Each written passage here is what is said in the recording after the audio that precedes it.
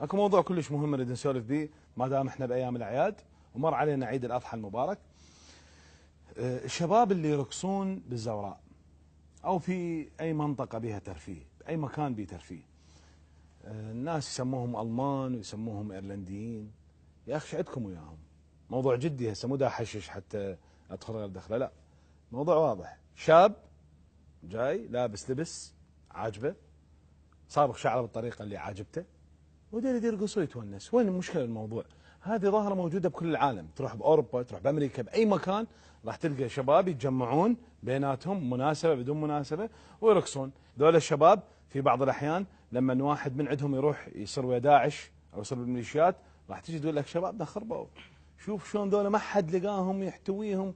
هو يريد يفرح، يريد يتونس، ما مأثر عليك بشيء. اذا انت ضايقك، ضايق عائلتك، اكو شرطه تروح تقول للشرطه هذا ضايقني يسحلوه. اذا انت شايفه بهالمكان هذا هو متجمع ويا اصدقائك وبمناسبه يرقصون حلو بطريقه حلوه، يعني اذا هم قاعدين هنا يرقصون ابتعد عنهم، روح مكان ثاني. اذا تشوف انه الموضوع هذا مأثر عليك روح مكان ثاني.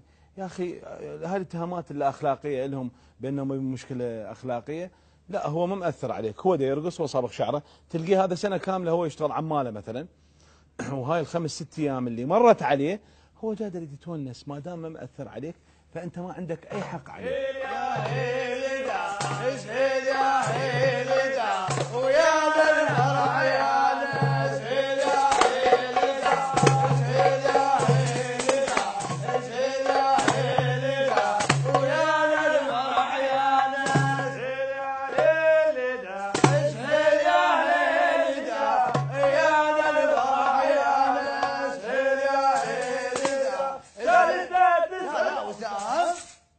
بعد مرة اسهل يا هيلدا، اسهل يا هيلدا ويا ذا الفرح يا ناس،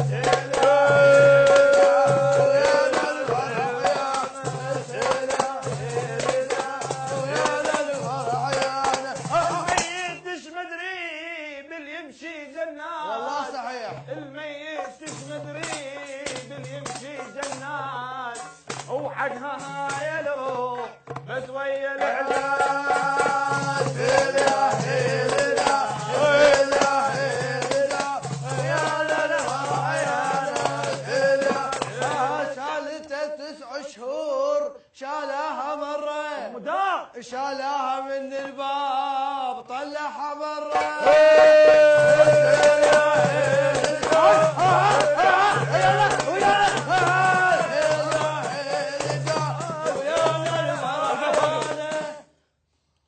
بس اقدم الفقره ونرجع نرقص براحتنا. انت ترى ما اقول لك شغله، كل بالكواليس عاجبهم يرقصون. اوكي فتفضلوا تفضلوا.